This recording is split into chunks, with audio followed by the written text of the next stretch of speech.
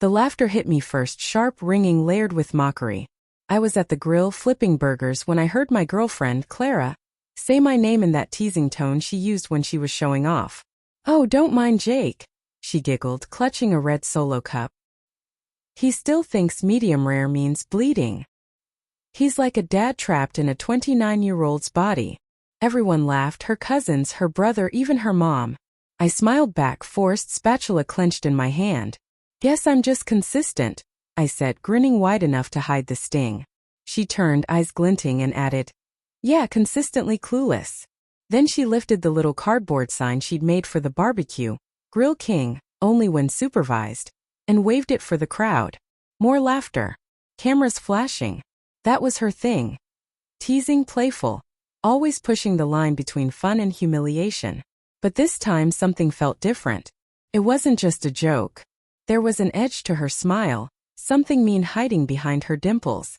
Still, I played along. I laughed. I held the sign up like a trophy. Inside, though, something small cracked. By the time the sun dipped and the string lights flickered on, the smell of charcoal and beer hung heavy in the air.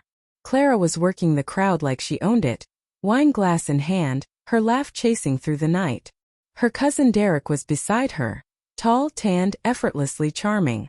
I'd seen him before at her birthday. He'd been all smiles then too, helping her carry the cake, brushing her hand a little too easily. I dismissed it. Family was close in their world.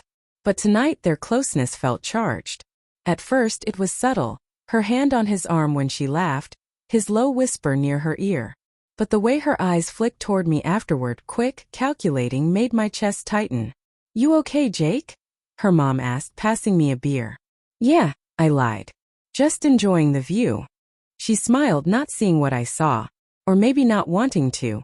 Later I slipped inside for some air. The kitchen was dim, only the hum of the refrigerator breaking the quiet. That's when I saw it. Clara's phone, face up on the counter, screen lighting up with a message. "Derek. Your evil face," with tears of joy, but he bought it. My throat went dry. Another message followed. "Derek. That sign idea was perfect. He doesn't suspect a thing." I stared. My heart beat so hard I could hear it. The room spun. My mind scrambled for explanations. Maybe it was a joke. Maybe it was innocent. Maybe they were planning a prank. But then the earlier laughter replayed in my head. The glances, the whispering, the sign. They weren't laughing with me. They were laughing at me. I put the phone down carefully as if it might explode.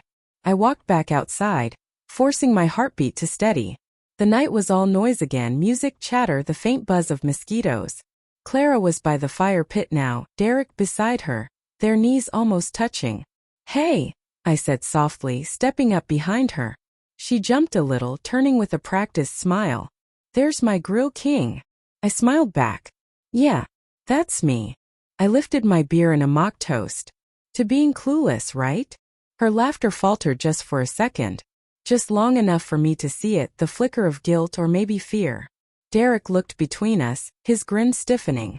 "Come on, Jake, don't take it seriously," Clara said, reaching for my arm. "It's just a joke." "Of course," I said. "Just a joke." But something in my tone made her hesitate. I leaned in close enough for only her to hear. "Tell me, Clara. Does he know it's a joke too?" Her breath caught. That was all I needed. The rest of the night passed like static. Voices blurred, laughter distant. I smiled, talked, pretended. If anyone noticed how stiff my posture was, how my laughter never quite reached my eyes, they didn't say a word. Clara tried to act normal, but I could feel her glancing at me, testing the waters.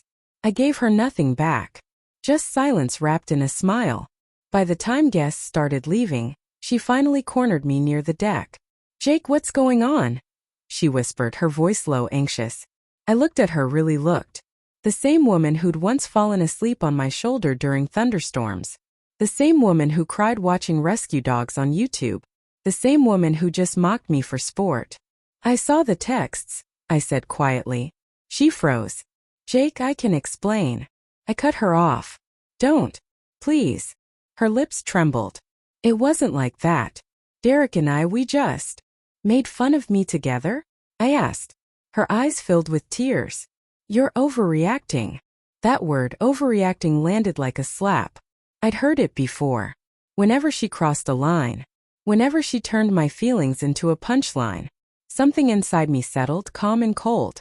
You know, I said. You always said I took things too seriously. Maybe that's my problem. I never laughed enough.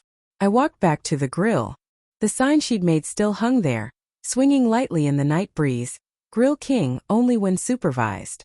I took it down, turned it over, and with a black marker scrawled my own addition beneath it. Supervised by the wrong man. Then I pinned it back up and left it there. When I got home that night, I sat on the edge of the bed, my hands still smelling like smoke and betrayal. I wasn't angry, not in the way I expected. I just felt hollow, like someone had quietly emptied me out.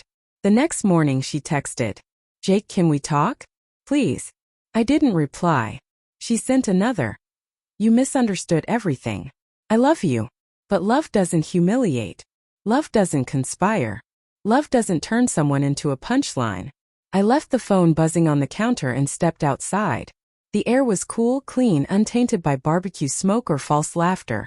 For the first time in a long time, it felt honest.